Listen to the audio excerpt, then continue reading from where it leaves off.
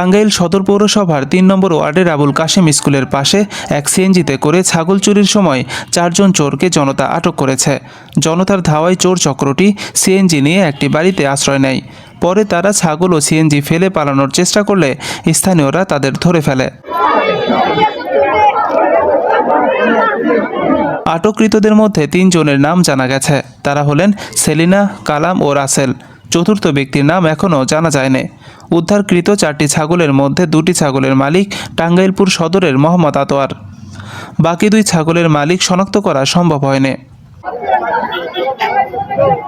খবর পেয়ে টাঙ্গাইল সদর থানার এসআই শহীদুল ঘটনাস্থলে উপস্থিত হন। এরপর এলাকাবাসী আটককৃত 4 জন চোর, একটি সিএনজি ও 4টি ছাগল পুলিশের কাছে হস্তান্তর করেন।